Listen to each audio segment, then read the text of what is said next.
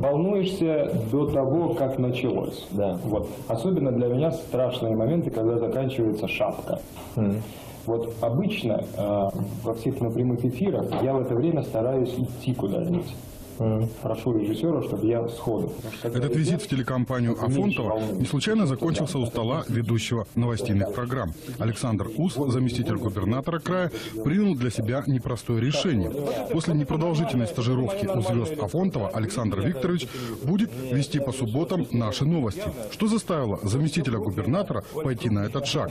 Думаю, что это действительно необходимо, поскольку у нас есть большие претензии к журналистам, когда они выхватывают отдельные куски, интерпретируют наши слова, имеется в виду официальных лиц, не так, как надо. Поэтому народу свои слова лучше нести самому, чтобы не было претензий никому, кроме своих дефектов речи или чего-нибудь в этом роде.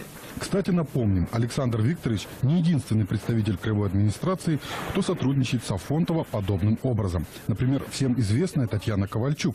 На самом деле, основная ее работа – руководитель пресс-службы губернатора. Я думаю, что так как он будет лучше знать журналистскую профессию изнутри, он и вам поможет в вашей жизни нелегкой. Мы пожелаем друг другу успеха. Таким образом, мы как бы убиваем сразу двух зайцев.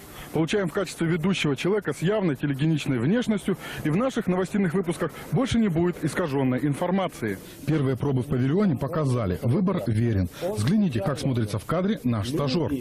Вот на том плане никогда ничего не меняется, там стоит только ваш крупняк, чтобы вы контролировали себя, как вы выглядите по телевизору. Потому что одновременно читать и смотреть, как ты выглядишь, совершенно невозможно. Итак, впереди нелегкая пора обучения, а времени совсем немного, ведь скоро в эфир. Ну да, на самом деле да.